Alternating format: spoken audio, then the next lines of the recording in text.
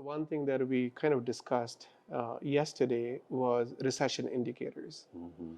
So now looking at dangers, opportunities, strengths with the lens of recession possibility, right?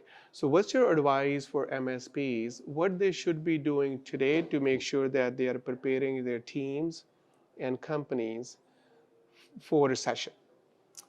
So, interesting.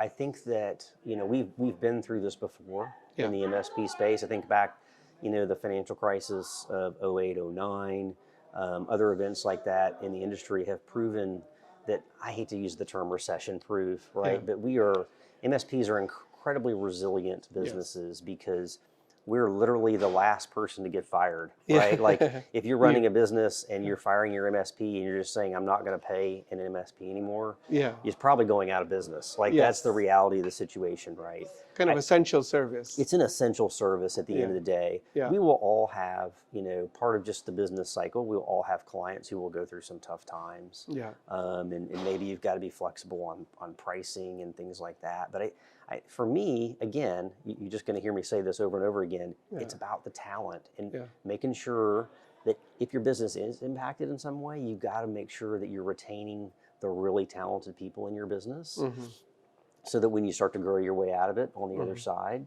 yeah, you're positioned properly for success. And I continue to think that it's all about the people at the end of yeah. the day. I mean, you said this, that whenever there is a threat, there is an opportunity.